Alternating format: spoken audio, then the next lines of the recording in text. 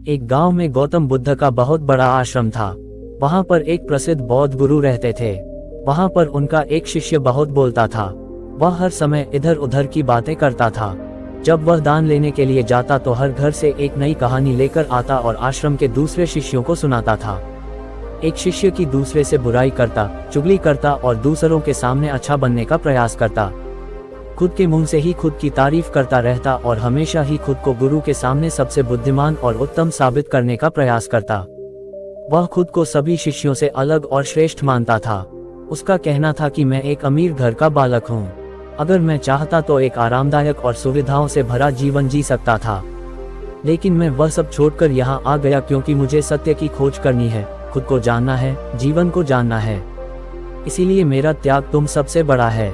एक दिन गुरु ने आश्रम के सभी शिष्यों को बुलाकर कहा, आप सभी को अगले 1 महीने के लिए कोई न कोई संकल्प लेना है। इससे आपकी संकल्प शक्ति मजबूत होगी और आप में आत्मशक्ति का संचार होगा। आप सभी अपने सामर्थ्य के अनुसार कोई भी संकल्प ले सकते हैं और यदि 1 महीने से पूर्व आप में से जिस का भी संकल्प टूट जाएगा तो वह अपनी पुरानी दिनचर्या में वापस आ जाएंगे। सभी शिष्यों ने अपनी शक्ति के अनुसार छोटे बड़े संकल्प लिए और गुरु को अपने अपने संकल्प के बारे में बताकर वहां से चले गए। लेकिन वह शिष्य जो खुद को सबसे अलग और बड़ा दिखाना चाहता था, वह सीधे गुरु की कुटिया में पहुंच गया और बोला, मैं कोई छोटा मोटा संकल्प नहीं लेना चाहता, बल्कि खुद की ही जैसे एक बड़ा और महान संकल्प लेना चाहता हूँ। कृपया आप ही बताएं क्या संकल्प लेना चाहिए। उसकी ये बात सुनकर गुरु मुस्कुराए और बोले, क्या तुम मेरे द्वारा दिए गए संकल्प को पूरा कर पाओगे? क्या तुम्हारे लिए उसे पूरा करना संभव होगा? शायद नहीं, वह तुम्हारे लिए संभव नहीं है। तुम उसे पूरा नहीं कर पाओगे, इसीलिए तुम खुद ही कोई संकल्प ढूंढो। शिष्य ने कहा, नहीं गुरुदेव, आप जो भी संकल्प मुझे देंगे मैं जरूर उसे पूरा करूंगा। गुरु ने कहा, ठीक है, तो तुम अगले 1 महीने तक चुप रहोगे, मुंह से एक शब्द भी नहीं निकालोगे। यही तुम्हारा संकल्प है। शिष्य ने कहा, गुरुदेव, ये भी कोई संकल्प है? ये तो बहुत ही आसान है। 1 महीने तक चुप ही रहना है। आप कोई बड़ा संकल्प दीजिए जो मेरी योग्यता के लायक हो, जिसे पूरा करने में मुझे समस्या हो। गुरु ने कहा, पहले तुम इस संकल्प को तो पूरा करके दिखाओ। शिष्य ने गुरु की बात मान ली और वह उसी समय चुप हो गया और पलटकर कुटिया से बाहर चला गया। उसे चुप रहना बहुत आसान लग रहा था। उसने एक दिन तो जैसे तैसे चुप रहकर काट लिया, लेकिन दूसरे दिन से उसके मन में ना बोलने का बोझ बढ़ने लगा। तीसरे दिन उसे भारीपन महसूस होने लगा और चौथे दिन उसके अंदर एक अजीब सी बेचैनी होने लगी, क्योंकि आसपास आश्रम के सभी शिष्य एक दूसरे से बातें कर रहे थे।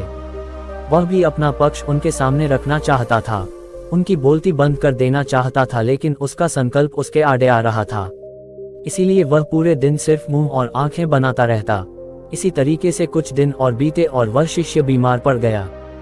उसका सिर फटा जा रहा था, उसका खाने पीने तक का मन नहीं कर रहा था, वह सिर्फ बोलना चाहता था। वह गुरु के पास गया और उनके सामने बैठकर लिखकर उन्हें बताया, गुरुदेव, मैं बोलना चाहता हूँ, बिना बोले मुझे सांस नहीं आ रही, मेरा दम घुटता जा रहा है, मैं अंदर ही अंदर पागल हुआ जा रहा हूँ, मैं क्या करूँ? संकल्प तोड़ दूं क्या? ये पढ़कर गुरु मुस्कुराए और बोले, संकल्प तो तोड़ने के लिए ही होते हैं, लेकिन जो अपने संकल्प को पूरा कर लेता है वही अपनी आंतरिक शक्ति को बढ़ाता है, और जो अपनी आंतरिक शक्ति को बढ़ा लेता है वह समाज और जागृति की राह पर आगे बढ़ जाता है। संकल्प का लेना भी तुम्हारे हाथ में था और इसे तोड़ना भी तुम्हारे ही हाथ में है। तुम्हारे बहुत से भाई अपने संकल्प को तोड़कर अपनी पुरानी दिनचर्या पर वापस आ चुके हैं। अगर तुमसे नहीं हो पा रहा तो तुम भी संकल्प तोड़कर अपनी पुरानी दिनचर्या पर वापस जा सकते हो। लेकिन याद रहे, अगर आज तुम इस छोटे से संकल्प को नहीं संभाल पा रहे तो तुम अपनी बाकी की पूरी जिंदगी को कैसे संभाल सकोगे? बाकी फैसला पूरी तरह से तुम्हारे हाथों में है। गुरु की यह बात उस शिष्य के दिल में चोट कर गई। वह बिना कुछ बोले वहां से वापस चला गया और खुद को अपनी कुटिया में बंद कर लिया। वह केवल अपने जरूरी कामों के लिए ही कुटिया से बाहर निकलता, बाकी सारे समय कुटिया के अंदर ही बैठा रहता। 15 दिन बीत चुके थे और आश्रम के लगभग सभी शिष्यों का संकल्प अब तक टूट चुका था, लेकिन उसका संकल्प अभी भी जारी था। संकल्प लेने के बाद से अब तक उसने एक शब्द भी नहीं बोला था। सारा आश्रम हैरान था कि इतना बोलने वाला इंसान चुप कैसे हो गया। 15 दिन बीतने के बाद वह दोबारा अपने गुरु के पास गया और लिखकर बताया है, गुरुदेव, मैं बाहर से तो चुप हूँ, लेकिन मेरे भीतर बहुत सी आवाजें हैं। बहुत सी चीख पुकार और शिकायतें हैं। मैं अंदर ही अंदर बात करता रहता हूँ। मेरा मन तरह तरह के प्रश्न पूछता रहता है। मैं बाहर से जितना मौन हूँ, भीतर से उतने ही शोर शराबे से भरा हुआ हूँ। क्या इस तरह से मेरा संकल्प अभी भी जारी है? गुरु ने कहा, हाँ, तुम्हारा संकल्प अभी भी जारी है। लेकिन जब तक लोगों की यह आवाजें तुम्हारे कानों में पड़ती रहेंगी, तुम्हारा मन बोलता रहेगा, क्योंकि इसे तो आदत है बोलने की। तुम भले ही बाहर से चुप रहो, लेकिन तुम अंदर ही अंदर बोलते रहोगे। तुम्हें इन बातों से, इन आवाजों से दूर जाना पड़ेगा। शिष्य गुरु को प्रणाम कर वहां से चला जाता है और सुबह होते ही अपनी कुटिया छोड़कर जंगल की तरफ चला जाता है। कई दिन बीत जाते हैं, संकल्प का समय भी पूरा हो जाता है, लेकिन शिष्य लौटकर नहीं आया। आश्रम में सभी को डर था कि कहीं जंगली जानवर ने उसे खा ना लिया हो। इस बीच उसे ढूंढने की बहुत कोशिश की गई, लेकिन वह कहीं नहीं मिला। सभी गुरु भाइयों ने मान लिया था कि जंगली जानवरों ने उसे अपना शिकार बना लिया है, लेकिन गुरु को ऐसा नहीं लगता था। एक दिन आश्रम का एक अन्य शिष्य गुरु के पास आया और बोला, गुरुदेव, हमारे उस अधिक बोलने वाले भाई के साथ क्या हुआ होगा? क्या जानवर ने उसे मार दिया होगा? गुरु ने कहा, हो सकता है कि जानवरों ने उसे अपना शिकार बना लिया हो, लेकिन उसके न लौटने की एक दूसरी वजह भी हो सकती है। शायद उसे वह मिल गया है जिसके लिए वह गया था। फिर शिष्य ने पूछा, गुरुदेव, क्या ज्यादा बोलना इतना हानिकारक होता है?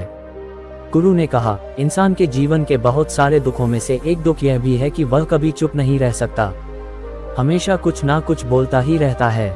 सिर्फ हमारे बोलने के कारण हमारे आधे से ज्यादा दुख पैदा होते हैं। परिवार के अधिकतर झगड़ों की वजह हमारा बेमतलब बोलना ही होता है। हम में से कोई भी चुप नहीं रहना चाहता, हम बस सामने वाले को सुना देना चाहते हैं। जो भी हमारे मन में है, सब निकालकर उसके मन में बैठा देना चाहते हैं। उसे समझा देना चाहते हैं कि देख, तू गलत है और मैं सही। और इस तरीके से सब एक दूसरे की सड़ी गली बातों को ग्रहण कर रहे हैं। इस तरीके से सुनने और सुनाने का ये काम जिंदगी भर चलता रहता है। लेकिन इस नासमझी में हम अपना समय, अपना जीवन, अपनी समझ और सबसे महत्वपूर्ण व कीमती पल जो जिए जा सकते हैं, जिनको अनुभव किया जा सकता है, जिनमें आनंद को प्राप्त किया जा सकता है, ये सब खो देते हैं। लेकिन इसके बदले हमें मिलता क्या है? कुछ नहीं, सब व्यर्थ और बर्बाद हो जाता है। इस पागलपन में हमने क्या खो दिया, इसका एहसास केवल कुछ ही लोगों को हो पाता है। बाकी लोग जैसे उन्हें अपने आने का पता नहीं, वैसे ही उन्हें अपने जाने का भी पता नहीं चल पाता। शिष्य ने कहा, तो फिर इसका समाधान क्या है? गुरु ने कहा, पूरी जागरूकता के साथ अपने विचारों को देखना यही एकमात्र तरीका है। सारी मानसिक समस्याओं का वर्तमान में रहकर चिंतन करना, पूरी जागरूकता के साथ अपना काम करना जिंदगी में चमत्कारिक बदलाव ला देता है। उसके बाद वह शिष्य गुरु से अपने प्रश्नों का उत्तर पाकर उनको प्रणाम करके वहां से चला गया। उस शिष्य को आश्रम छोड़कर गए हुए 3 महीने का समय बीत चुका था, लेकिन उसकी कोई खबर न थी। अब तक तो सभी गुरु भाइयों ने भी उसके वापस लौटने की उम्मीद छोड़ दी थी। लेकिन एक दिन वह आश्रम लौट आता है। उसे देखकर सभी के आश्चर्य और खुशी का ठिकाना न रहा। लेकिन अब वह नहीं था जो यहाँ से गया था। वह कुछ और ही बनकर वापस आया था। उसके अंदर एक गजब का बदलाव महसूस किया जा सकता था। उसके चेहरे पर एक गजब का ठहराव और आंखों में बंधी शांति थी। आश्रम में आते ही सभी गुरु भाइयों ने उसे चारों तरफ से घेर लिया और बातें करने लग गए। वह भी अपने गुरु भाइयों से बातें करने लगा। उससे बात करने वाले सभी ने यह अनुभव किया कि अब वह पहले जैसा उतावला और बातूनी नहीं रह गया था। उसके मुंह से एक एक शब्द बहुत ही सुलझे हुए और मधुरता के साथ निकल रहे थे। थोड़ी देर तक गुरु भाइयों से बात करने के बाद वह सीधा गुरु की तरफ चला गया।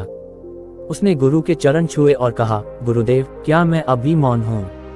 क्या अब भी मेरा संकल्प जारी है? गुरु ने कुछ देर तक शिष्य की आंखों में बड़े ध्यान से देखा और कहा, हाँ, तुम अब भी मौन हो।